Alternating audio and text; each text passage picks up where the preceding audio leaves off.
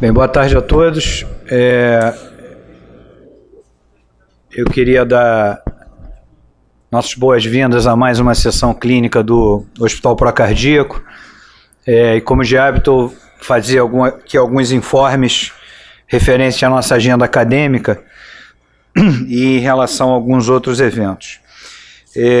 Essa semana nós teremos no dia 23, às 7h30 da manhã, de 7h30 às 9 horas, a sessão de nutrição e comportamento, que tem a coordenação do Cláudio Domênico, da Natália Teles, da Jaqueline e da Luciana Lima. Acredito eu que durante a licença de Natália, Gabriela esteja assumindo também esta coordenação. O tema vai ser Vivência e Ressignificância através do Caminho de Santiago de Compostela. A palestrante vai ser a doutora Kátia Kitajima. Confere? Teremos como debatedores Silvia Rezende e o padre Xavier Pérez Enciso. Ainda na sexta-feira, ao meio-dia, nós teremos a sessão da Sexta Consciência, que vai ser a sessão da Cardio-Oncologia, que vai nos falar sobre HPV e câncer de orofaringe, implicações clínicas e terapêuticas, com o doutor Cláudio Domênico, Carlos José e Flávia de Deus na coordenação. E teremos como apresentadores o Dr. Ricardo Fischer, que é um odontólogo, Dr. Luiz Henrique Araújo, oncologista, Dr. Fernando Dias, cirurgião, e Dr. Igor Migovski, que é radioterapeuta. Essa é a nossa programação dessa semana. Na quinta-feira da semana passada, nós tivemos a inauguração do Star Cirúrgico. Eu queria parabenizar a direção do hospital por mais esse movimento em prol das instalações e do bem-estar, trazendo a nossa 4 item do Triple M, formando o Quadruple M, né, Evandro? Que é cuidar de quem cuida. Essa é mais talvez mais um movimento que a gente possa incluir dentro desse modelo do cuidar de quem cuida que o Institute of Health Improvement tanto preconiza. Ainda alguns informes. Vocês sabem que no dia 11, no dia 12 e no dia 13 nós teremos o congresso da SOCERJ, e o Hospital Procardíaco não só terá 3 simpósios durante o congresso, que na realidade serão no dia 12 pela manhã às 10h30, no dia 12 à tarde às 14h30 e no dia 13, no dia 11 às 10h30, no dia 12 às 10h30 e no dia 13 às 2h30 da tarde. Nós teremos esses 3 simpósios, além de estarmos recebendo todos os convidados e palestrantes na sala dos palestrantes, que também nós vamos ter a oportunidade de poder coordenar a sala dos palestrantes. Para o congresso da SOCERJ, o hospital teve 34 trabalhos aprovados. E eu queria aproveitar essa oportunidade para parabenizar todos os que, de alguma forma, se envolveram com a elaboração e com a submissão e, consequentemente, com a aprovação dos trabalhos. Parabéns a todos. Muitos dos residentes aqui presentes tiveram os seus trabalhos submetidos e aprovados. Desses trabalhos, um deles nós estamos concorrendo a melhor tema livre do Congresso. É um trabalho do Montera, sobre insuficiência cardíaca, naturalmente, que está concorrendo ao melhor tema livre do Congresso. Eu acho que, do ponto de vista de informes, eram basicamente esses. Eu queria, então, passar, primeiro agradecer ao grupo do pós-operatório na pessoa da doutora Ana Karenina, que hoje é responsável por essa sessão clínica, que tem como tema trauma grave e o desafio da abordagem multidisciplinar, que a moderadora vai ser a doutora Ana Karenina, que é coordenadora do pós-operatório, a quem eu peço que tome seu assento à mesa e anuncie os outros participantes. Ana, muito obrigado. Bom dia, gostaria de agradecer a presença de todos. Vamos dar continuidade a mais uma sessão geral do hospital, essa semana apresentada pela unidade pós-operatório. O tema a ser apresentado vai ser trauma grave, o desafio da abordagem multidisciplinar. Na verdade, o foco vai ser em TCE, traumatismo crânioencefálico, que é um tema extremamente relevante, uma vez que no mundo mais de 50 milhões de pacientes pode acontecer um traumatismo craniano, e estima-se mais da metade da população mundial, em determinado momento de sua vida, vai ter pelo menos um traumatismo crânioencefálico. E um outro dado importante é que a principal causa de morte e incapacitação em pacientes com menos de 40 anos, isso tem um impacto na economia mundial de 40 bilhões ao ano.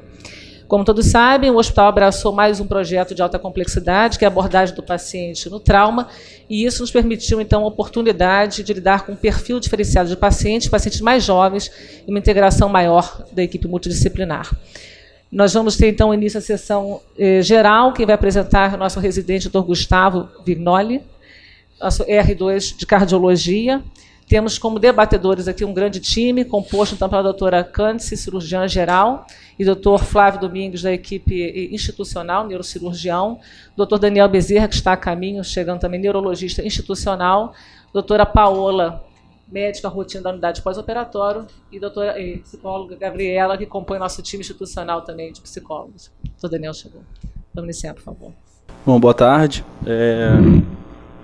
Primeiro, agradecer a Ana pelo convite para participar dessa apresentação.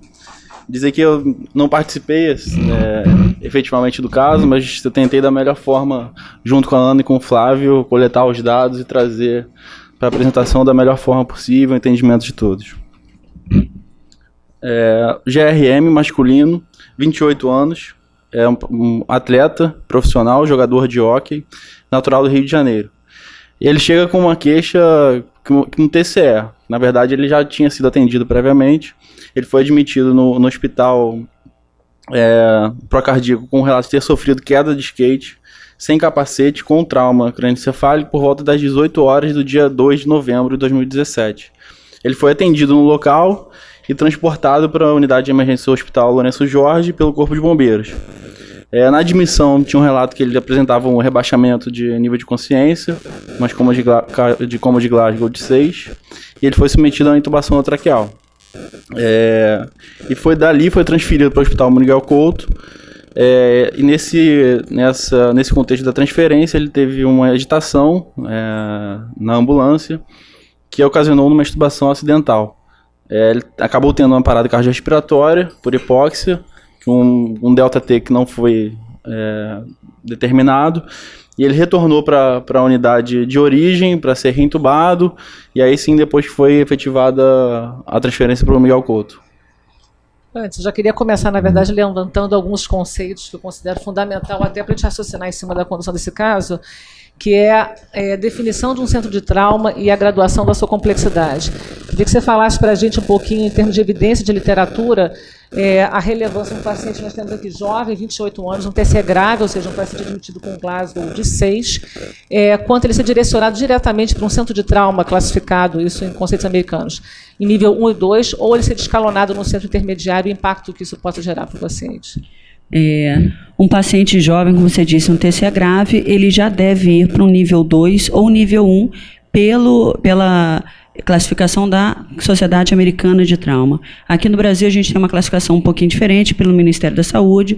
A gente tem o trauma nível 1, que é o hospital geral, que só tem que ter o cirurgião e o ortopedista de plantão. O nível 2, que você já tem que ter neurocirurgião, torácico, GO, pediatria, e o nível 3, que tem todas as especialidades e retaguardas. Então, pela Sociedade Americana de Trauma, são 5 níveis. O nível 1 pode ser um pronto-socorro que nem fica aberto 24 horas, mas pode ser acessível. O nível 2 também é tipo uma UPA, que não tem nenhum tipo de cirurgião, nem nenhum recurso para cirurgia interna. O nível 3 seria já um hospital com plantão 24 horas, mas não cirurgião presente. O nível 2, toda a equipe de cirurgia e retaguarda, ortopedia, neurocirurgia, vascular, anestesia, estariam de sobreaviso. E no trauma nível 1, todas essas especialidades estariam presentes.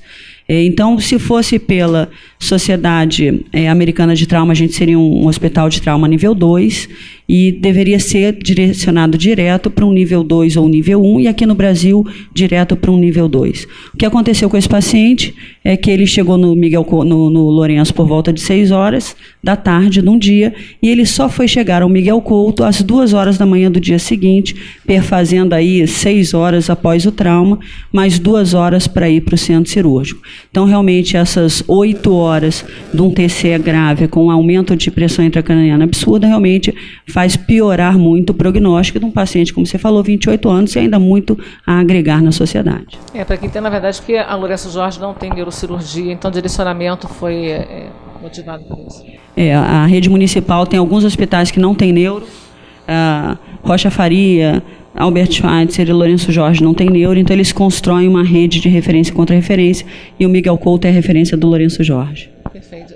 Eu só queria fazer um comentário, é o seguinte, não adianta nada disso, rotinas, protocolos, opção por hospitais, se a ambulância de transporte não tem condição de entubar ou reentubar um doente. É um absurdo isso. Quer dizer, o doente teve que voltar para o Lourenço Jorge para ser reentubado. Isso daí foi muito pior e maior dano para o sistema nervoso central dele do que a demora de transferência. O transporte só ocorreu porque houve necessidade de direcionamento para um centro de maior complexidade, né? Se ele tivesse direcionado já para um centro... Teria resolvido. Mas em que ambulância? Concordo. A equipe não está adestrada para entubar, reentubar? Infelizmente a gente tem muitos problemas de treinamento, né? Teoricamente tinha médico na ambulância do município, né? Da história pregressa, ele era portador de um transtorno depressivo, sem nenhuma outra comorbidade. A história familiar social, nada de importante também, de relevante. E ele usava venlafaxina, 75mg por dia, Seroquel, 50mg dia, e cloxazolam, que é o Ocadil, 1mg dia. E aqui as imagens tomográficas já no Miguel Couto, depois dessa transferência. Vou pedir simplesmente que o Dr. Flávio, neurocirurgião, comente, porque ele, na verdade, participou dessa discussão com um colega neurocirurgião, Bruno, né? Bruno ou Gustavo? Não sei. Gustavo, foi o colega que abordou, na verdade, esse paciente de Miguel Couto. Na verdade, essa tomografia de admissão, uma outra coisa que às vezes acontece, só comentando, voltando um pouquinho, da referência e contra-referência, é que, por incrível que pareça, às vezes o Miguel Couto, mesmo estando mais aparelhado em relação à equipe, não é incomum, às vezes, o doente sair do Miguel Couto e ter que voltar ao Lourenço Jorge para fazer uma tomografia, porque às vezes ali está quebrado também. Essa tomografia, na verdade, acredito que de admissão dele no Miguel Couto, mostra realmente uma contusão frontal à esquerda, hemorrágica, com vários pontos ali coalescendo, relativamente volumosa, um edema cerebral difuso, né? Apagamento já das cisternas ali. Você vê que os ventrículos, mal se veem os ventrículos laterais. Realmente aí com indicação cirúrgica vai ser abordado. E aí depois ele vai mostrar aí, tem algumas opções, algumas até um pouquinho controversas, aí depende realmente de quem está vendo o paciente naquele momento. Mas deixa o Gustavo avançar um pouquinho aí no caso. Agora já a sequência com a janela óssea, a gente vê duas linhas de fraturas extensas ali também, associadas a uma parietal à esquerda, as duas parietais ali à esquerda, bastante extensa no sentido crânio-caudal ali também. Uma fratura até comunitiva, tem um pouquinho de fragmento osso ali, até um pouquinho solto. E um edema subgaleal também, que você vê, bem extenso, da dimensão provavelmente do trauma que ele sofreu. Essa imagem é um golpe interessante, né? Você vê o ponto maior de trauma, onde tem a fratura e o hematoma cerebral, e você vê à frente a lesão parenquimatose. Exatamente, essa é outra coisa que eu comentei com eles, na verdade sugere que o ponto de trauma dele mesmo tenha sido ali parieto occipital e a lesão frontal, sim, é uma lesão que a gente determina por contragolpe, que é quando o cérebro se choca com a base do crânio e com a parte frontal também. A base do crânio ali na fossa anterior não é uma estrutura óssea lisa, ela é rugosa, com alguns acidentes ali anatômicos e que faz essa, vamos falar assim, quase que como se fosse um mecanismo de você ter uma escoriação no joelho ou qualquer outra parte, mas ali é a superfície cerebral que é bem mais friável do que a pele, propriamente dita. Então, às 5 horas da manhã do dia seguinte, depois da tomografia, no Miguel Couto, ele foi submetido a uma craniotomia descompressiva, frontoparieto temporal esquerda, e com colocação de catéter intraventricular para monitorização da pressão intracraniana. Isso foi 11 horas do evento do trauma.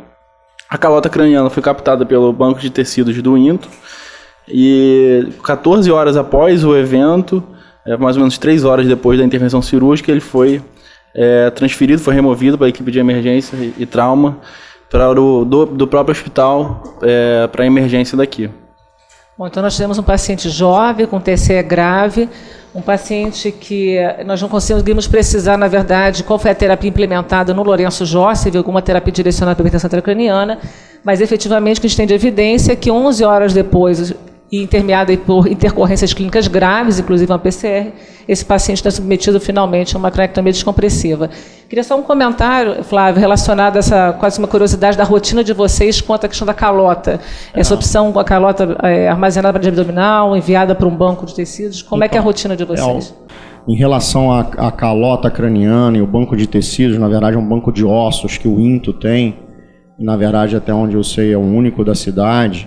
E o que acontece ali, isso foi captado por lá por conta de um convênio singular que o Hospital Miguel Couto tem com eles. E, na verdade, esse banco de ossos do INTO ele é específico para armazenar fíbula, estudas ósseas basicamente ortopédicas, né?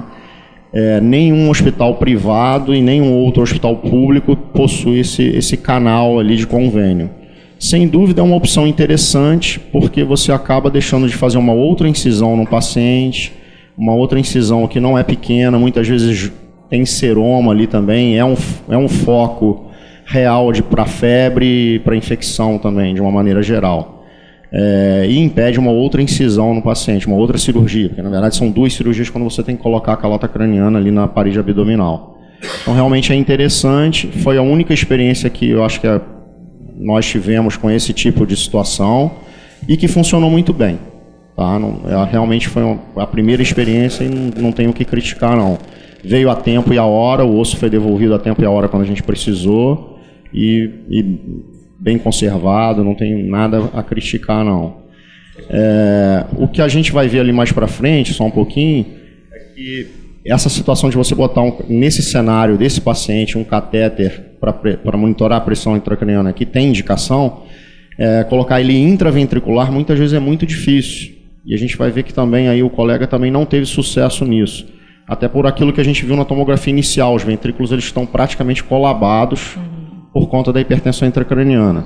Então é uma medida que realmente ela traz o benefício de você poder tratar, você drenar líquor na situação de hipertensão intracraniana, mas é que é de difícil execução nesse tipo de cenário. Provavelmente pelo delta T tardio, né? O mais precoce talvez Sem tivesse dúvida, uma margem técnica mais fácil para talvez. O fato é que por mais rápido que a gente seja em qualquer situação, mesmo nesse nível de trauma mais avançado que a Cândice explicou, é difícil você colocar um paciente desse no centro cirúrgico em menos de 2 ou 3 horas. Então, assim, até por conta da ressuscitação que você precisa fazer na sala de emergência. Qual é o critério que a gente tem para poder indicar a cranectomia descompressiva? Esse, na verdade, talvez... talvez... Você vai levantar isso, você vai ter uma revisão então com discussão desse, porque é um ponto polêmico. Então mas só voltando, só comentar um negócio. Talvez aqui o hospital hoje ainda, a gente está começando essa referência de trauma. Mas não é incomum a gente ter cranectomia descompressiva, até por conta da equipe da neurologia, na situação do AVC. Talvez fosse interessante realmente saber mais para frente. A gente já faz com alguma frequência descompressiva nesse cenário de AVC isquêmico, né, hemisférico. Interessante realmente saber exatamente como seria até implementar esse tipo de convênio. Acho que seria interessante, sim, até para o hospital nesse outro cenário. Mas depois eu comento a pergunta do André. Então, na chegada aqui no hospital, o paciente encontrava-se em sedação profunda, em RASS menos 5, com pupilas isocóricas e fotorreagentes, em ventilação mecânica, e apresentava escoriações no ombro esquerdo. E ele tinha esse catéter de PICC, que não era funcionante por uma incompatibilidade do catéter com o sistema do monitor. Uma pressão arterial de 140/80, 105 batimentos por minuto, saturação de 100%, frequência respiratória de 12. O aparelho cardiovascular normal. A temperatura era normal, não coloquei, mas era normal. Aparelho cardiovascular e respiratório nada demais, o tórax estável, abdômen também não. Membros inferiores sem alterações também. Cândice, você praticamente recebeu esse paciente na admissão da emergência. Qual foi o cenário já quase que pós-imediato da cranectomia? Qual era a evolução? Bom, importante é que esse paciente, assim como esses dados de sinais vitais foram aferidos no pré-operatório, pelo relato do pessoal do Miguel Couto, ele também mantinha uma normotensão, uma frequência cardíaca em torno de 100 e uma boa saturação. Então, só para ilustrar que o papel da equipe do pré-hospitalar ou pré-neurocirurgia é evitar a lesão secundária, mantendo a pressão e saturação. E logo depois da cirurgia ele mantém-se estável hemodinamicamente. Ele chega no procardíaco com esse cenário, algumas escoriações, alguns edemas em membro. Então a equipe viu ele todo, a gente fez toda a reavaliação e foi para a tomografia para fazer uma TC de corpo inteiro. A gente não tinha as imagens do Miguel Couto nem do Lourenço Jorge para a gente poder saber como é que estava previamente um trauma grave, uma queda grande de skate. E então a gente precisava desses outros dados. O que já chama atenção nesse primeiro momento é a posição da família. Ele tinha um pai presente que questionou tudo e já era quase um neurocirurgião, já questionando sobre a escala de coma de Glasgow. Então esse pai, a gente via que essa família já seria uma família muito presente diante de um cenário dramático, né, num paciente muito jovem. Mas então foi admitido rapidamente, foi levado para a tomografia, visto que não tinha outras alterações, que a parte craniana estava controlada, e foi direto para o pós-operatório. Então não teve nem 40 minutos entre ele entrar no hospital e chegar no pós-operatório. Essa é a tomografia pós-cranectomia. Isso, primeira da ainda há sinais de hemorragia intraparenquimatosa no lobo frontal.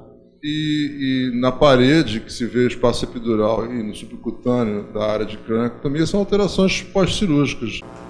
Persistem sinais de edema cerebral difuso, com apagamento de todas as circunvoluções, né, e do sistema ventricular. Né? A gente vê o catéter ali na topografia do cone frontal anterior, mas a gente não dá para dizer que está dentro do sistema. Realmente está totalmente apagado. E chamaria atenção apenas para uma coleção no seio esfenoidal, né, que também está associada ali, um nível. O tórax, basicamente, é hipoventilação da base pulmonar direita, com a faixa de atelectasia, e a distensão da traqueia, apontando que há um sistema de hiperpressão no manuseio respiratório. A traqueia está bem dilatada.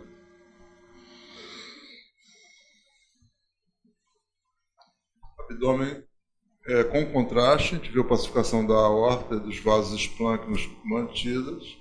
As vísceras sólidas parecem íntegras, não há sinal de hemorragia intra-abdominal. Distribuição normal do tubo digestivo, com resíduo também normal no cólon. E não há sinal de líquido livre na cavidade peritoneal, catéter vesical. E câncer no exame físico dele não tinha mais nenhum outro ponto, tirando a escoriação do ombro, que chamasse atenção por talvez um ponto de trauma que tivesse passado silencioso por outros. Não, ele tinha um edema de tornozelo, tinha umas escoriações, mas nada mais digno de nota, né? Só uma ressalva que mesmo que esse catéter tivesse bem posicionado, o Flávio me corrige se eu estiver errado, a gente não conseguiria fazer essa medição, porque o material que a rede pública usa já é bastante antiquado, fora de linha, a gente não teria como isso, incompatibilidade tecnológica de estar fazendo essa medição. Um paciente desse grave, quer dizer que pode ter um comprometimento muscular também importante, onde o risco de rabdomiólise e agressão renal é um fato também. Há necessidade da utilização de contraste na tomografia?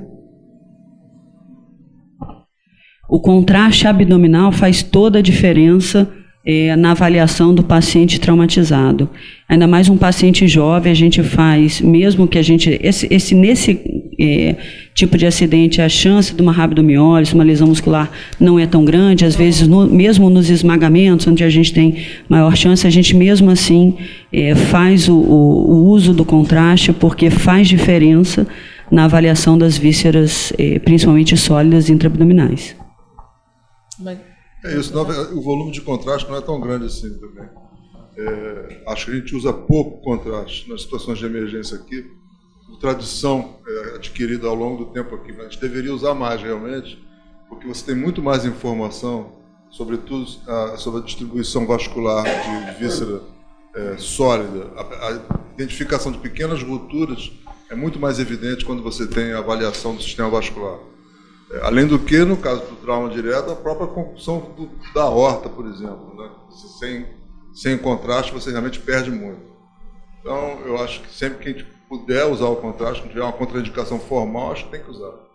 Se a gente quiser comentar, na verdade, assim, um paciente que teve já uma admissão no hospital e chegou aqui na abordagem secundária, mas a abordagem inicial de um paciente no politrauma, enfim, tem o papel do ultrassom do FAST. Quer comentar um pouquinho? A gente tem a imagem admissional, que é o FAST, que é só para a gente ver se tem líquido livre intraabdominal ou não. A gente está indicado no paciente com trauma abdominal fechado instável, que não consegue ir para a tomografia. O paciente que já está estável, a gente leva para a tomografia, e aí tem o protocolo de TC de corpo inteiro, que a gente até fez uma adaptação para a nossa particularidade aqui do procardíaco, e na maioria das vezes, o paciente grave, você faz TC de crânio, pescoço, tórax sem contraste e TC abdominal com contraste. E algum outro segmento que esteja envolvido, às vezes uma amputação parcial, aí você vai envolver também na TC, mas TC de corpo inteiro, crânio, pescoço e tórax sem contraste, abdômen com contraste. Então aqui ainda no hospital, ele foi esse resumo do que aconteceu, né? Em 40 minutos da chegada, ele teve avaliação pela equipe de trauma, que foi retirado o colar cervical, visto que a tomografia de coluna cervical não tinha nenhuma alteração. O paciente manteve sedado e foi solicitada a avaliação da neurocirurgia, que aconteceu 70 minutos da admissão, e basicamente feitas medidas de neuroproteção, cabeceira elevada a 30, 45 graus, foi feito um monitor, apesar do paciente não estar com monitorização, né, da pressão intracraniana, e foi feita uma tentativa do ajuste do sistema, mas por essa questão do catéter, que não era compatível com o monitor, acabou não sendo possível, e uma programação de realizar uma TC de crânio em 24 horas. Aqui eu coloquei uma gasometria, que foi realizada nesse momento, só mostrando as medidas de neuroproteção, né, o PCO2 na faixa de normalidade e manter um PO2 adequado. Flávio, ainda na emergência, nessa sua abordagem aí com esse alvo de uma neuroproteção no paciente potencialmente com hipertensão intracraniana, queria que você falasse um pouquinho dessas intervenções. Então, voltando até a comentar aquela exame, quem até deu o primeiro atendimento foi o Marcelo, que está aqui do lado, e na verdade nesse sentido o catéter ventricular, como eu comentei, não funcionava, sensação até que ele está ali fora do ventrículo, está no tálamo. E tinha essa incompatibilidade que é o próprio fabricante, até que representa a marca desse material que foi usado no Hospital Miguel Couto, não teria mais monitor compatível com esse item descartável que foi usado lá. Aí nesse sentido a gente acabou trocando esse eletrodo, que até a ideia inicial era conectar, mesmo sem drenagem de ventrículo, aproveitar, porque realmente passar um catéter no cérebro, apesar de não ser um procedimento dos mais complexos que fazemos, não é trivial nesse sentido de risco. Mas, na verdade, essa abordagem que foi feita lá, e aí, nesse sentido até que acho que o Gustavo vai comentar, foram várias tomografias de crânio seriadas, porque aquela contusão frontal dele, esse é o ponto controverso que eu comentei, você poderia inicialmente também abordá-la no sentido de ressecar, fazer hemostasia, e você ainda ia dar mais espaço para o cérebro inchado ali. E aí, voltando até a pergunta do André, a craniotomia descompressiva ela foi usada, o protótipo do procedimento no trauma, no cenário do trauma. E ali no caso, por que fazer de um lado e não fazer de outro? Né? Na situação ali, fazer daquele lado, porque foi provavelmente o lado mais acometido, que foi onde foi a contusão frontal. Mas, de fato, até tem algumas situações, alguns centros que preconizam em algumas situações que não são usuais, uma medida de exceção, até fazer bilateral.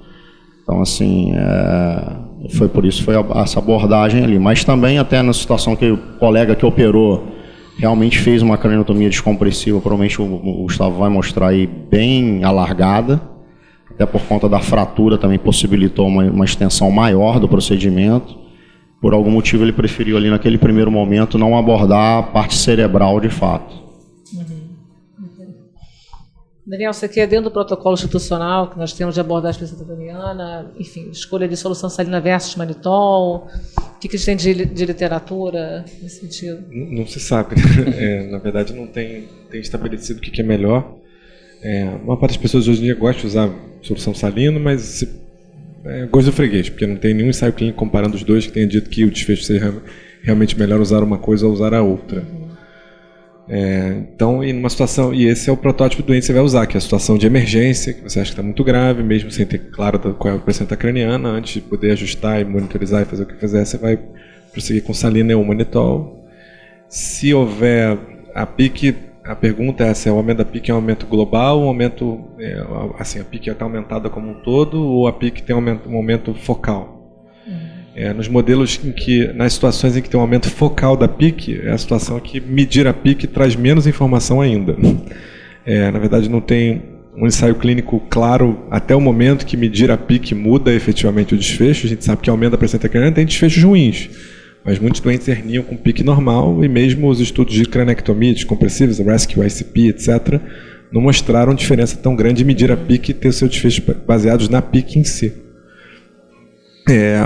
O protótipo que ele falou que é bem estudado é no AVC. E no AVC não vale a pena de jeito nenhum, quase nunca, efetivamente, que mude medir a PIC.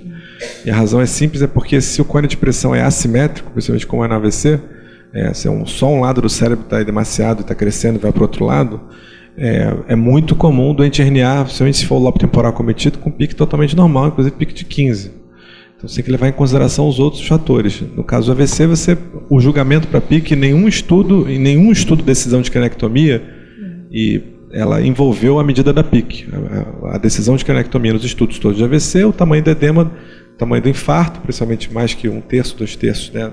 Um NIH elevado, sonolência e um infarto grande, e aí você cranectomiza aquele lado.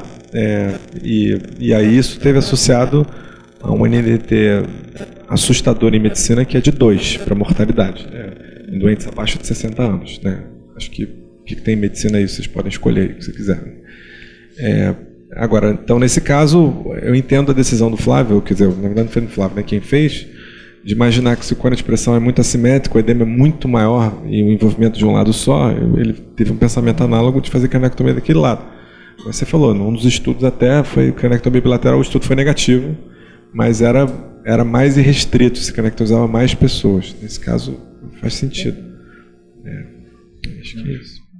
Se não controlar, e tem outras medidas, chega até hipotermia, etc. Em 10 horas da admissão, ele faz um quadro inflamatório, uma elevação dos parâmetros inflamatórios, ele estava mais taquicárdico e acabou se optando por abrir o protocolo de sepsis, iniciar a antibiótico terapia com ceftriaxone. Uma observação, lembrar que é um paciente, na verdade, teve um trauma, passou por procedimento cirúrgico, mas passou por 2 hospitais públicos. O paciente teve uma intubação num cenário totalmente adverso, então é óbvio que a gente, na verdade, teria uma série de razões para uma elevação de marcador inflamatório, justificativa da taquicardia, mas a gente, na verdade, considerando o perfil de gravidade em potencial do paciente, optou-se por abrir o protocolo e iniciar a antibiótico terapia. Com 13 horas, então, ele é abordado pela neurocirurgia, é retirado esse catéter que ele veio implantado do Miguel Couto, que estava periventricular ali, e foi instalado um novo catéter parenquimatoso com monitorização de PIC, com valor nesse momento de 12. E ele faz ainda, depois da cirurgia, uma nova tomografia de crânio, que não mostrou nenhuma alteração em relação às anteriores. No segundo dia de internação, ele ainda sedado com midazolam e fentanil, no RAS-5, uma cabeceira 30 graus, tinha umas pupilas mióticas isocóricas, a PIC em 10 e uma norepinefrina em 0,05 microgramas por quilo por minuto. Estava em monitorização com um eletroencefalograma contínuo, que não apresentava crises focais, e em uso de fenitoína profilática, mantendo uma PPC em torno de 60 e uma pressão arterial sistólica em torno de 120. Daniel, levantar um ponto aqui que é bastante questionável. Quer dizer, a gente, na verdade, tem um paciente jovem com esse perfil de gravidade. Em termos que a gente tem, na verdade, de literatura atualmente, quanto a score prognóstico, a gente tem o crash impact, o que de fato esses scores conseguem nos auxiliar na expectativa de evolução desse paciente? e se você acha que os biomarcadores, enolases, tem algum papel nessa leitura, e quanto ao direcionamento da terapia, enfim, nessa fase inicial. A gente não sabe, né? Acho que você queria que eu respondesse isso, né? A gente não sabe, sim, são marcadores de gravidade, mas a gente não consegue determinar exatamente qual a evolução que vai fazer nessas situações. Tem várias coisas que a gente não sabe muito bem. Eu estava falando para o Flávio que agora medir a PIC e medir a SUSAR é parecido com o que aconteceu com o Swan-Ganz, né? Vocês sabem isso melhor do que eu, mas existe uma febre muito grande. Quando eu era acadêmico, eu aprendi a passar Swan-Ganz, etc. Hoje a gente vai restringindo cada vez mais. Você sabe que tem poucas situações que ajudam a medir e estimar o prognóstico, você vê o que vai acontecer, mas usar irrestritamente em todo mundo, etc, não mudou o desfecho favorável. Mas se você levar em consideração, e é difícil também botar todo mundo no mesmo saco, né? Mas se levar em consideração o caso desse menino com uma lesão focal grande, etc, e com gravidade do que foi, eu acho bastante razoável as medidas que foram tomadas para poder evitar as complicações grandes do aumento da pressão intracraniana como foram tomadas. No passo a passo. A PIC você se refere ao Best Fit Trial, na verdade. Questão da limitação. E aí eu entro contra a pergunta, assim. Um grande questionamento é talvez não deixar de utilizar a PIC, mas na verdade você não utilizar o mesmo ponto de corte para todos os pacientes, uma vez você sabe que pacientes mulheres, idosos, têm um corte de PIC mais baixo para determinar pior prognóstico. E também as lesões focais, não é só a medida da PIC, é entender onde é que está a lesão, qual é o mecanismo de lesão. Por exemplo, se a pessoa tem um trauma temporal, um trauma ou uma lesão temporal, ela tem consequências de aumento da pressão intracraniana muito precoces, muito ruins, independente do valor da PIC, você não vai fazer. Uma lesão de fossa posterior, um exemplo comum na situação de AVC é um infarto cerebelar extenso, ou que a pessoa tivesse um hematoma cerebelar ou uma lesão cerebelar. No caso, o trauma é mais grave, porque a pessoa, quando tem trauma aqui atrás, acaba tendo lesão de tronco junto, é complicado. Mas se a pessoa tem lesão focal lá, você não vai esperar, nem querer saber, nem te interessar muito qual é o valor da PIC para você decidir intervenção cirúrgica. Tem 2 neurocirurgiões para falar a mesma coisa, porque se comprimir o tronco, nem me interessa saber qual é o valor. E essa aqui é a questão, você tem que contextualizar a situação. Usar só o valor da PIC como única ferramenta decisória e de maneira irrestrita para todo mundo, é o que você está falando. E o papel da avaliação da oximetria cerebral e metabolismo cerebral como um adjuvante nessa avaliação, mesmo no estabelecimento desse corte da PIC? São como é que você coisas que fazem sentido, né? Botar um catéter de Lycox, fazer microdiálise e medir a oxigenação cerebral. São coisas que fazem sentido. Se você saber se a oxigenação cerebral está mais adequada e usar as medidas para imaginar como desfecho substituto, é interessante. Agora, dizer que isso tem mudado efetivamente no ensaio clínico randomizado, que mostrou diferença nessas pessoas, nós ainda não sabemos. Esse questionamento eu faço porque nós tivemos a publicação do Guideline britânico 2016 do TCE e ano passado de um francês. E o que é interessante é que sempre ressaltado que a gente tem uma escassez muito grande em termos de evidência científica na abordagem do TCE. Né? A gente, na verdade, tem alguns trials randomizados que abordam cranectomia, que abordam a terapia direcionada pela PIC, mas com resultados pouco conflitantes. Então, a gente, na verdade, o que a gente, na verdade, guia o tratamento é baseado no que tem melhor de evidência atualmente, mas o que não é o ideal ainda. Né? Eu acho que talvez essa questão do número da PIC não seja realmente, como o Daniel mencionou, em várias situações, o ponto fundamental. Eu acho que quando a gente levanta tudo sobre PIC, inclusive aquele trabalho que saiu aí comparando controle da hipertensão através de imagem versus uso de PIC, enfim. Eu acho que o mais importante que se tira daí é que a PIC ela tem um papel em termos de alerta para a eventual necessidade de uma intervenção ou de uma nova imagem. Tá? Eu acho que a PIC funciona muito mais numa tendência do que efetivamente num valor puro. Sim, não digo nem a curva, aquela coisa, curva A, B, C, nem tanto isso, mas sim o padrão de comportamento da PIC no tempo. Isso pode ser o sinal como a gente vê com muita frequência. A PIC sobe, o que acontece? Está mal sedado, ceda um pouco mais. E eventualmente não, essas medidas não estão sendo suficientes. Vamos fazer uma imagem nova para saber se está acontecendo alguma coisa diferente. Em relação às medidas metabólicas, que foi mencionado aí do Lycox e tal, o grande problema é que a gente faz uma mensuração focal em um determinado ponto do cérebro. E tem muita controvérsia de onde se deve inserir esse catéter. Se você insere o catéter no foco da lesão, se você insere no tecido teoricamente normal, para avaliar se as suas medidas estão sendo suficientes para manter a homeostasia daquela região. Então isso aí não parece ter uma resposta realmente e não parece influenciar o prognóstico. A semelhança disso é a história da saturação do bulbo jugular. Quer dizer, tinha uma série de erros de mensuração e erros de interpretação porque você trabalha com, eventualmente, uma lesão focal, como a desse rapaz, que provavelmente tem uma pressão muito mais elevada no lobo frontal esquerdo, sem dúvida nenhuma, e você vai estar fazendo uma medida genérica. Você vai estar colhendo sangue de uma jugular direita, representa talvez 80% do retorno venoso cerebral e do cérebro inteiro. Então, você pode ter uma catástrofe naquele lobo frontal que a saturação genosa jugular pode ser normal, entendeu? Então, acho assim, em relação a essas medidas focais, existe muita controvérsia. Em relação à PIC, o meu entendimento, não meu, mas da maioria da comunidade neurocirúrgica, é que ela funciona muito mais como um fator de tomada de decisão de uma investigação ou não na evolução desses pacientes. Existem duas informações clínicas que são muito relevantes, que é a pressão sistólica e a saturação desses pacientes, né? Assim, por literatura é muito bem documentado o impacto prognóstico e mortalidade. E aí, como proteção de uma injúria secundária. E aí, quando a gente ressalta a questão do transporte, da intercorrência de um paciente que para por hipóxia, a despeito de ser um paciente jovem, quer dizer, a gente está discutindo aqui, na verdade, uma monitorização um pouco mais detalhada, mas questões básicas de estabilidade hemodinâmica e ventilatória desse paciente, na verdade, são fundamentais e têm um impacto muito bem documentado. No 5º dia de internação, ele faz uma nova piora inflamatória, ele faz febre, tem uma PCR que é mais elevada e uma dose de amina mais alta também. Ele faz um novo rastreio com os exames de imagem, a tomografia de crânio não mostrou nenhuma alteração evolutiva e o tórax que mantinha aquela faixa de atelectasia na parte posterior do lobo inferior.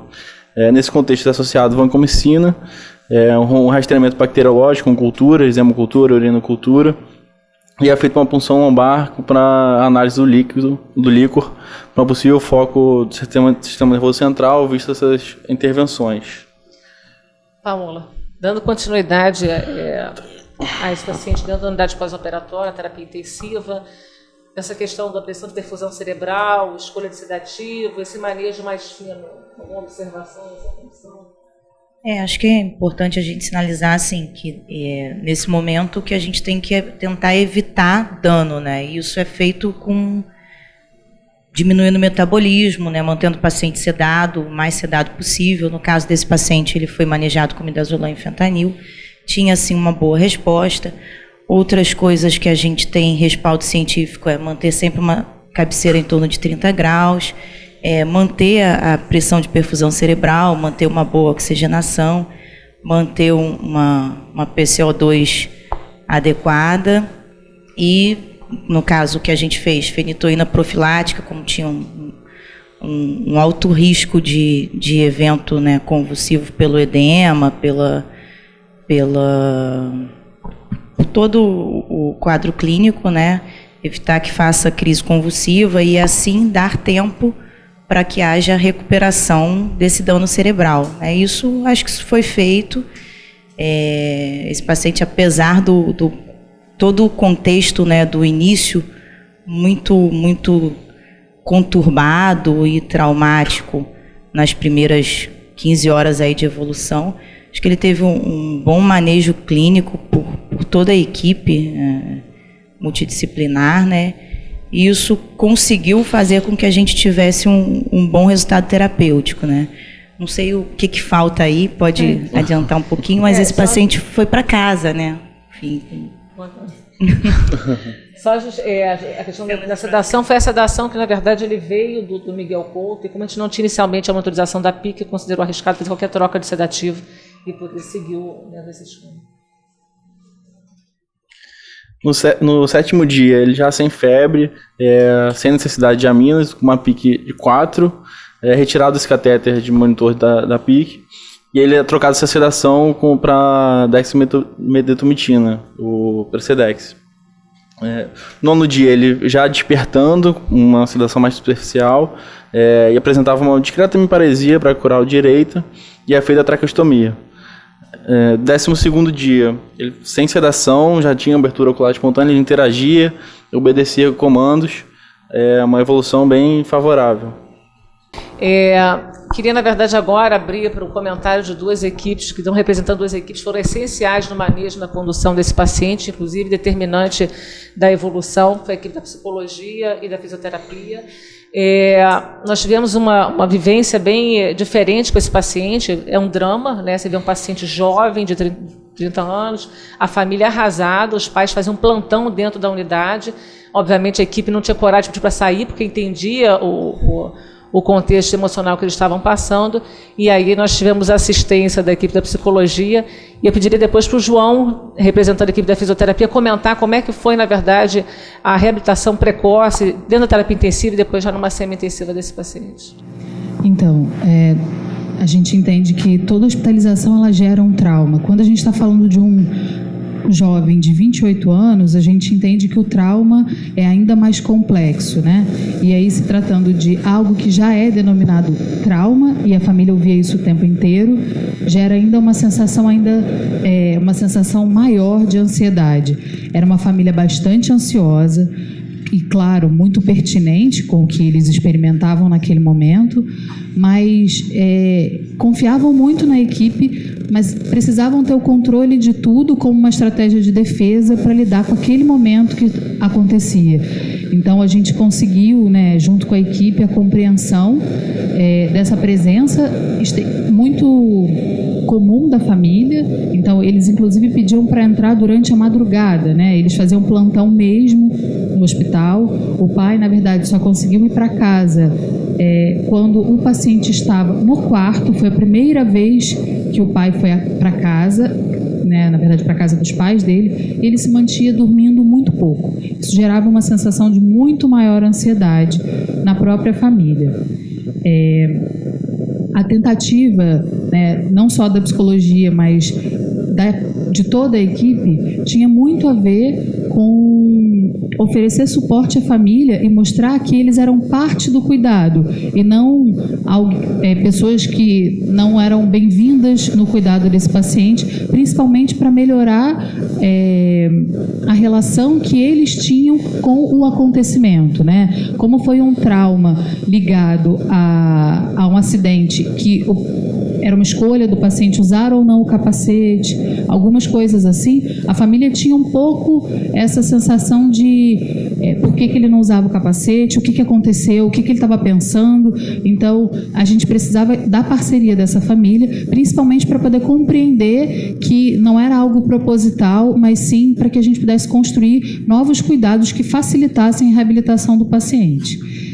Acho que vocês vão falar um pouquinho mais à frente, mas o paciente tinha alterações importantes de comportamento. Então, a gente já previa que isso pudesse acontecer. Diante de toda a ansiedade que a família do paciente apresentava, a gente também tinha que minimamente prepará-los para esse momento de acordar e como seria esse despertar do paciente, que é quando você falava de que a sedação estava saindo, a abertura ocular e tal, e ele interagindo, mas era uma interação muito agitada. Era um paciente extremamente agitado, em que em muitos momentos precisou-se voltar à sedação e fazer com que a família compreendesse que essa sedação era necessária, mesmo que leve, para que ele pudesse minimamente se reambientar. Um detalhe irônico que vale a pena comentar, na verdade, esse paciente ele era atleta de hóquei, era um paciente que fazia uma atividade sujeita a trauma continuamente, nunca tinha tido nenhum problema, obviamente paramentado, e nesse dia tinha acabado um treino de hóquei e o Flávio pode até corroborar isso, tinha umas pessoas, na verdade, ele com skate, ele quis experimentar o skate, já estava sem o capacete e pulou na rampa com o skate e fez imediatamente PCR. Então, isso criou uma cena. Só para ilustrar um pouquinho mais, assim, essa família, quando ele estava no Miguel Couto ainda, ele não tinha direito ao procardíaco, essa mãe procura o procardíaco e me liga às 3h30 da manhã, o plantonista pedindo milhões de desculpas, porque o paciente não viria para cá, mas que aquela mãe estava desesperada e queria saber um neurocirurgião para levar para outro hospital. Às 5 horas me ligam de novo, que não estavam conseguindo contato, ainda sem prever vir para cá, que precisava no outro cirurgião, pedindo desculpas porque não ia vir para cá, então como se estivesse me constrangendo e acordando. Então, só para ver a pressão que essa família põe.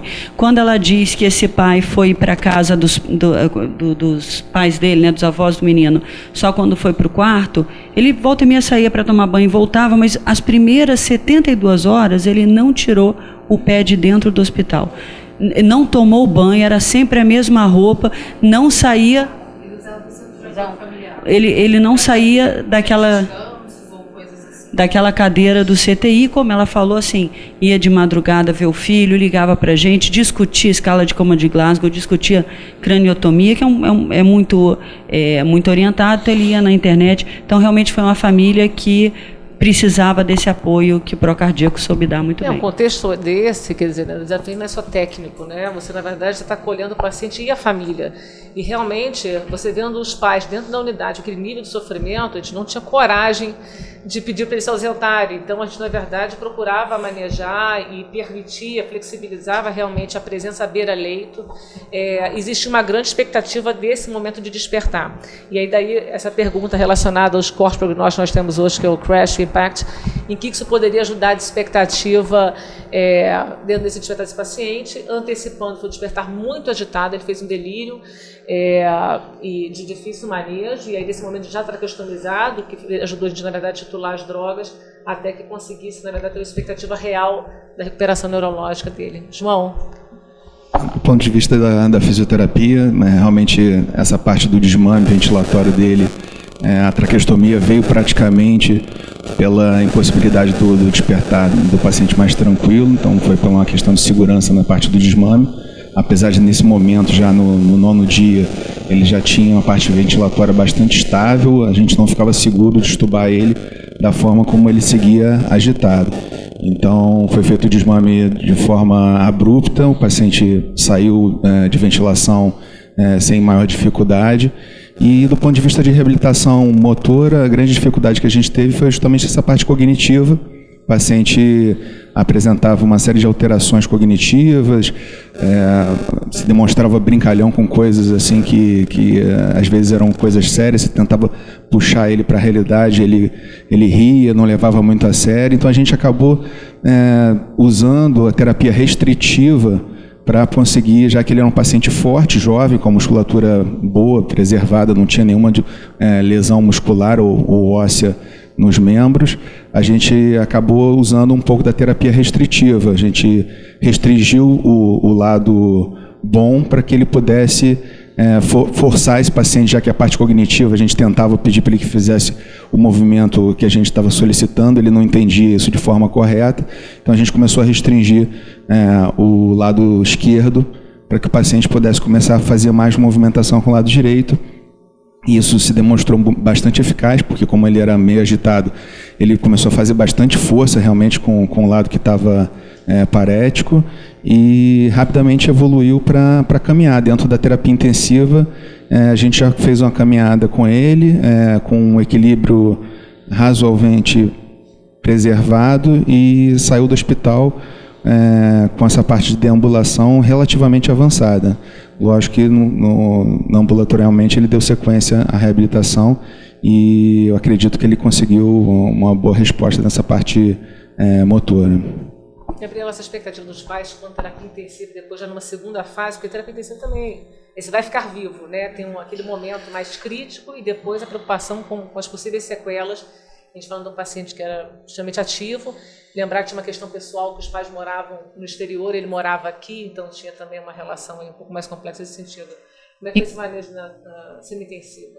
Então, nesse segundo momento, né, assim a gente pode dizer, a família tinha uma grande expectativa, porque quando o paciente começou a dar sinais de que ficaria vivo, que sobreviveria, porque esse primeiro momento foi realmente muito complexo, em relação às expectativas de vai sobreviver ou não, mas quando o paciente começou a apresentar indícios de que sobreviveria, a família já relatava um conflito familiar anterior que fez com que o paciente fosse enviado de volta para o Brasil. Ele já tinha começado uma universidade nos Estados Unidos, mas por questões familiares, ele foi enviado para o Brasil e recomeçou a universidade aqui.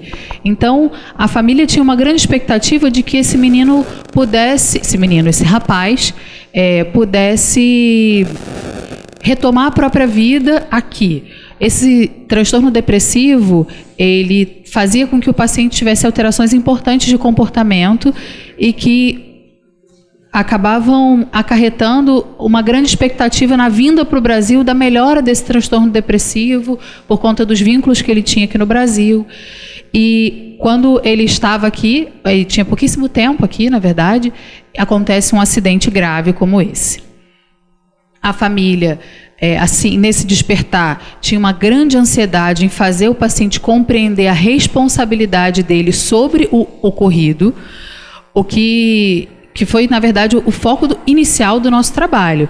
Era fazer com que a família compreendesse que, naquele momento, o paciente não tinha condições de se responsabilizar, tampouco de responder às expectativas dessa família. Havia um discurso muito importante, principalmente do pai, em relação a essas alterações de comportamento, de que o paciente colaborasse. Então, o discurso do pai era: você tem que ajudar, você tem que melhorar, era imperativo, né? Não era um discurso muito acolhedor. E com essas alterações cognitivas, o paciente acabava entendendo aquilo como uma contrariedade. E aí ele respondia com uma certa agressividade e, às vezes, autoagressividade. Então, a própria lesão, a incisão, né, da craniectomia, ele tentava ferir a própria incisão. E aí a gente tinha algumas questões em relação a isso. Às vezes o paciente ficava contido, porque, mesmo sendo uma indicação da fisioterapia que ele se movimentasse, às vezes esse movimento era muito na direção de se autoagredir. E a família ressaltava muito isso. Ele tem que ajudar, e o pai às vezes perdia a paciência com ele. Então, nosso trabalho era muito de fazê-lo compreender que esse já não era mais o mesmo filho que ele tinha antes, porque a compreensão dele seria limitada, pelo menos inicialmente, por alterações cognitivas decorrentes da própria lesão. Então, a família tinha essa expectativa de melhora, mas era uma melhora mágica. Ele acordou, então ele vai melhorar, ele tem que se responsabilizar e a gente vai fazer com que ele fique bem rápido. E a gente sempre ressaltava que um processo neurológico exigia tempo cronológico e não tempo lógico. E aí, como foi para você? Então, no 18º dia, ainda confuso, né, desorientado com toda essa questão do entendimento em relação ao tratamento, ele ainda alternava, né, a linguagem da fala entre o inglês e o português. Ele morou um tempo nos Estados Unidos, e aquela ainda em paresia braquial direita, que estava melhor evolutivamente. E no 27º dia, ele faz novos exames de imagem, que são esses. Marina, quer comentar a evolução disso? Flávio? Aqui.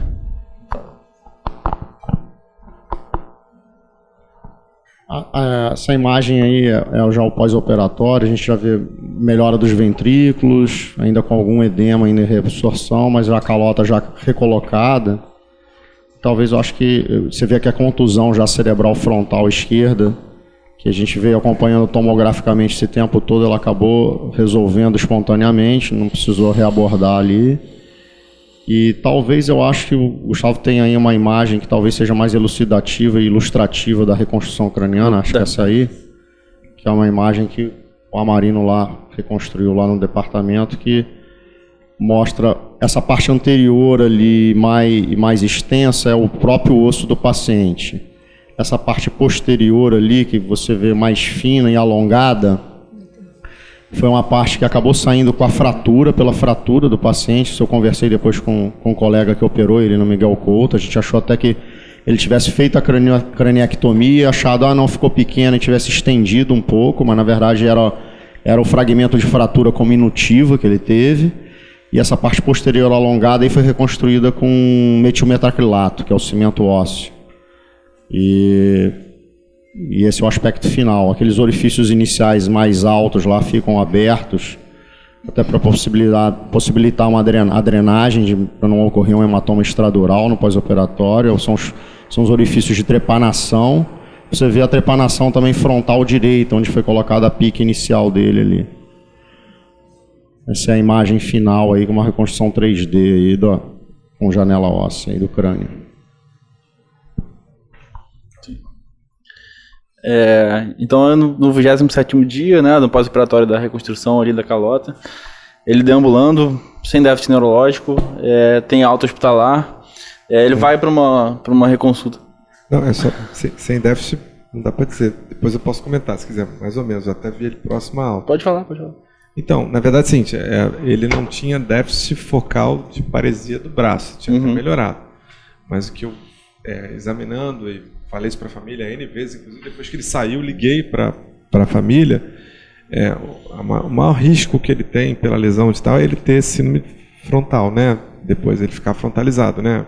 Então, alteração do comportamento, dificuldade de desinibição, apatia já não parecia ter, mas principalmente desinibição, déficit executivo.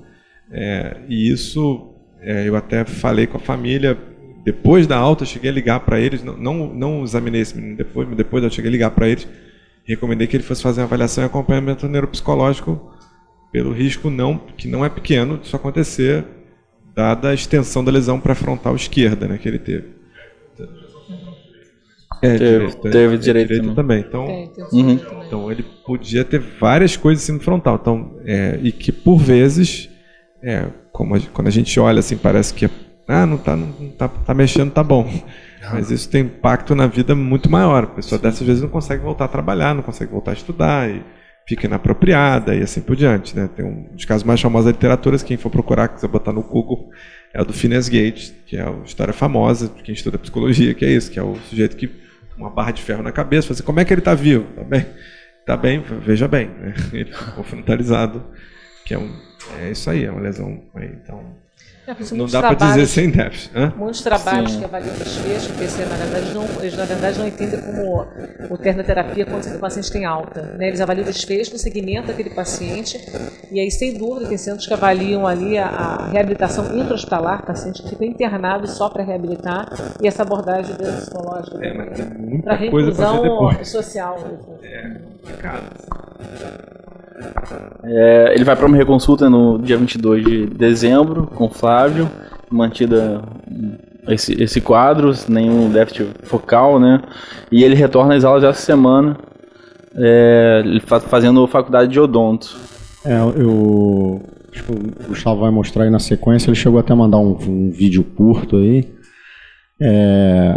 Os pais, né, que essa alteração de comportamento, ou uma avaliação formal neuropsicológica, ou realmente você tem algum comentário ainda que discreto, delicado dos próprios familiares.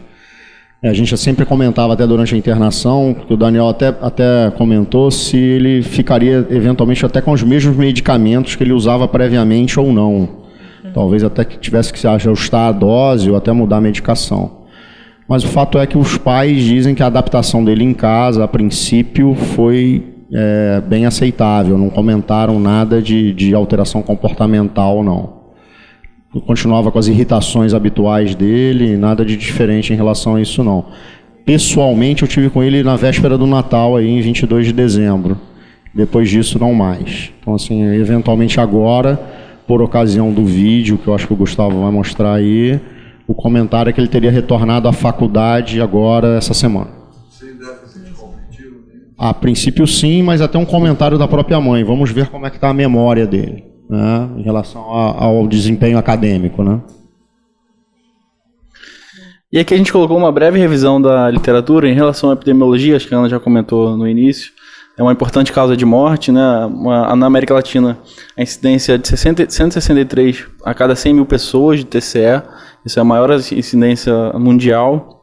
É um importante problema de saúde pública, né? Tanto em relação a custo, quanto a mortalidade e morbidade. A gente sabe que os mesmos pacientes que se recuperam ainda podem evoluir com incapacidade, muitos são jovens, né? Ainda estão uma vida ativa. E que uma coisa interessante que a gente viu foi que tem mudado o perfil em relação à renda dos países, né? Os países mais desenvolvidos, eles têm maiores medidas de prevenção, principalmente de trânsito, que tem mudado esse perfil dos pacientes para uma idade mais avançada. Enquanto que nos países de menor renda, de baixa e média renda, muitas vezes os pacientes são mais jovens e muito relacionados a acidentes de trânsito, né? Então isso gera ainda outro problema, que é em relação aos pacientes jovens que estão ativos profissionalmente. E um custo aproximado aí de 0,5% do gasto anual mundial em relação aos cuidados do TCE. Aqui a gente colocou um estudo que avaliou exatamente o que a gente comentou, esses pacientes com TCE grave, né, que é a definição com uma escala de Coleman de Glasgow menor do que 8, em relação a eles serem levados do local do acidente diretamente para um centro de trauma, que é aquele que a gente comentou, o nível 1 ou 2, ou se eles primeiro passaram por uma outra unidade e depois foram encaminhados no centro de trauma. Então ele aqui avaliou várias variáveis, né, de estudos, inclusive de scores de risco iniciais, que é o AIS e o ISS, e do DECRA também. E ele mostrou que a mortalidade foi menor nos pacientes que foram levados diretamente do local para um centro de trauma. Foi 19% nos que foram diretamente, que foram transferidos de uma unidade hospitalar, de 35%. E que isso muito provavelmente devido ao tempo da terapia direcionada, né, para neuroproteção, que foi significativamente menor nos pacientes diretamente do centro de trauma, que é um pouco óbvio, foi de 43 minutos contra de 77 minutos de pacientes que primeiro passaram por uma outra unidade até serem transferidos para um centro especializado.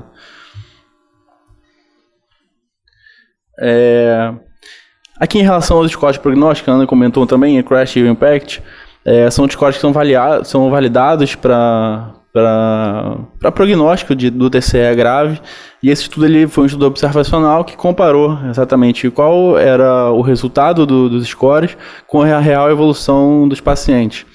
E ele mostrou que, na verdade, todos os dois scores foram pessimistas. Na verdade, eles superestimaram o risco, o prognóstico em relação à mortalidade e aos desfechos favoráveis, né, de invalidez e a morte.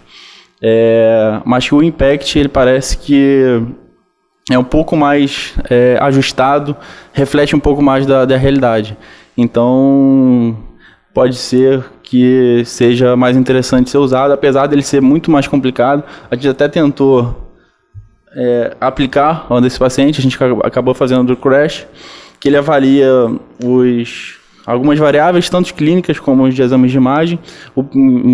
Que a gente achou interessante que ele até, um critério é o país, né, de atendimento, que é relacionado à qualidade do cuidado. Então aqui o país, a idade, a escala de Coleman de Glasgow, a fotorreatividade das pupilas, se houve algum trauma extracraniano maior e os dados da tomografia. Os parâmetros são de 60% a 80%. Menor que 60% é o paciente de melhor prognóstico, e acima de 80% é o paciente que tem um prognóstico pior. E desse paciente ficou em 41% os desfechos favoráveis em 6 meses. Então, o que a gente meio que... do corticoide. Ele pegou as variáveis e usou... Então, o que fica é que, na tentativa de guiar, né, alguma intervenção, principalmente a craniectomia, que a gente vai falar um pouquinho em relação às indicações e aos estudos que validaram. Aqui, só para ilustrar também a terapia direcionada, né, que a gente falou, manter o PCO2 nos níveis adequados, manter uma PO2 também adequada, e principalmente, lógico, além disso, também a pressão de perfusão cerebral e uma PIC. A gente sabe que nível de saturação menor que 90, pressão sistólica menor que 90 por mais de 5 minutos são relacionados a um prognóstico pior. E aqui, a gente falando um pouco da craniectomia, existem 2 grandes estudos randomizados que avaliaram a terapia médica em comparação com a craniectomia em pacientes com TCE grave e que tinham uma hipertensão intracraniana considerada refratária só à terapia clínica. Esse primeiro é de 2011, é o DECRA, que ele avalia tanto o desfecho de mortalidade como o desfecho favorável em 6 meses, que é avaliado por uma escala de Glasgow, só que uma escala de outcomes. E até 4, ele é um paciente, ele vai de 1 a 8. De 1 até 4 é um paciente considerado ou morto ou inválido, e acima de 5 até 8 é o paciente que é considerado dependente. E ele mostrou que a cranectomia, no grupo da cranectomia, 70% dos pacientes tiveram ou mortalidade ou uma invalidez importante, enquanto que no tratamento padrão, somente 51% dos pacientes. Existem críticas tanto ao DECRA quanto ao Rescue ISP. O DECRA ele considerou um limiar de pique baixo e também o tempo de tratamento muito pequeno, em 15 minutos ele já considerava refratário à terapia. Então pode ser que a cranectomia agregou muito mais morbidade do que efetividade em relação ao controle da pique. E o segundo Rescue ISP, que é de 2016, que ele teve um limiar de pique maior, ele considerou um tempo maior de hipertensão intracraniana, e ele mostrou exatamente que a mortalidade foi menor, mas o percentual de pacientes que ficavam com capacidade mais importante foi maior. Então isso gera um paradigma do tratamento, e acho que o que a gente precisa, a conclusão que a gente fica é que a gente precisa de alguma coisa a mais, um score, ou algum dado a mais para avaliar que o paciente realmente merece uma intervenção cirúrgica ou somente tratamento clínico. O que esses dois estudos, na verdade, concluem é que a cranectomia ela é uma medida salvadora, ela reduz mortalidade, mas, ao mesmo tempo, você observou mais pacientes com comprometimento neurológico grave, tem condições vegetativas. Então, a expectativa, e aí quando eu impliquei ali com o Dani, estimulando relacionada ao crash, impacto, era a gente ter score prognóstico que pudesse estratificar esse paciente e mostrar aquele que realmente se beneficiaria de uma cranectomia. E isso, até agora, não tem resposta, como em muitos pontos aí polêmicos do TCE. Quer fazer um comentário? Vou fazer 2 ou 3 rápidos comentários.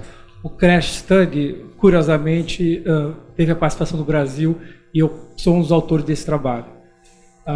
Tanto da parte foi trabalho, para lembrar as pessoas, que mostrou que o corticoide não beneficia o paciente no TCE.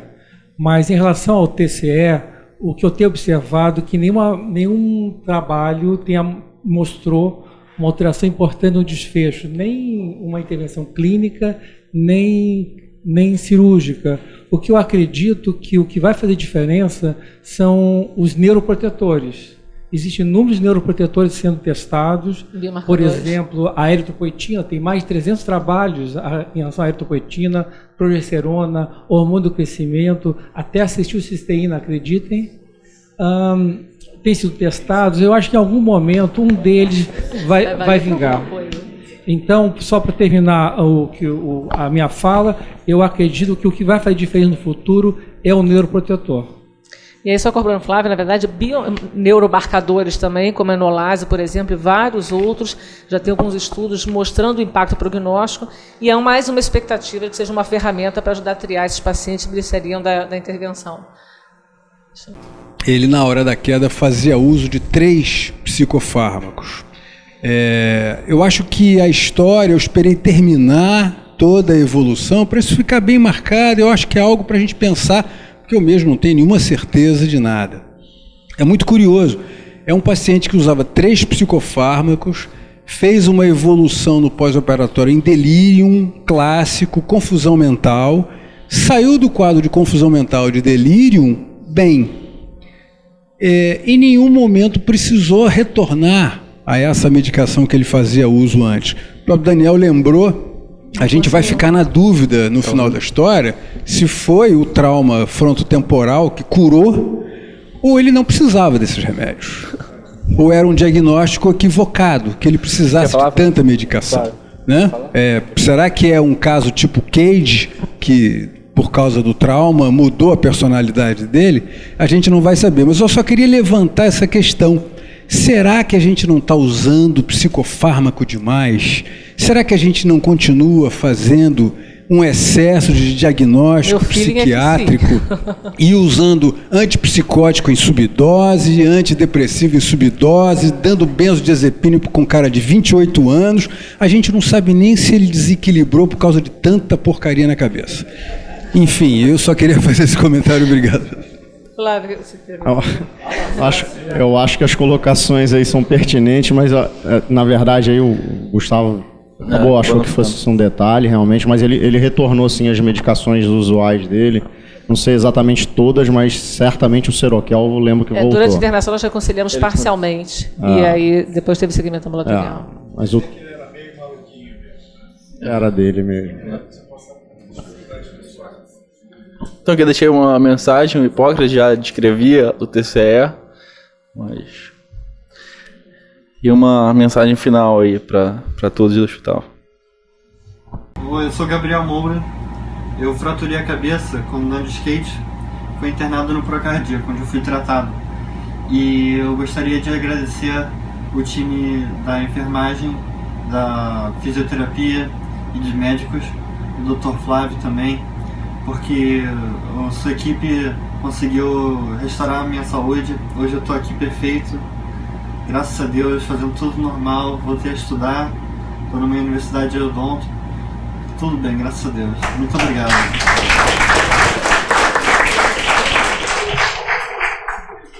Alguma pergunta? A gente queria agradecer imensamente, não só a participação de todos, mas a todos os profissionais envolvidos.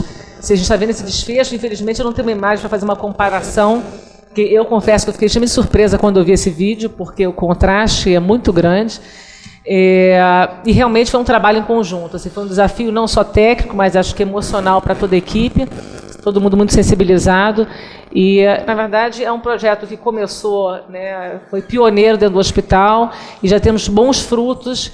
E só nos estimula, na verdade, a desenvolver centros estruturados para trauma, uma vez que a própria literatura já mostra o impacto em mortalidade num paciente direcionado para um centro adequado e com uma equipe, um time estruturado. Obrigada.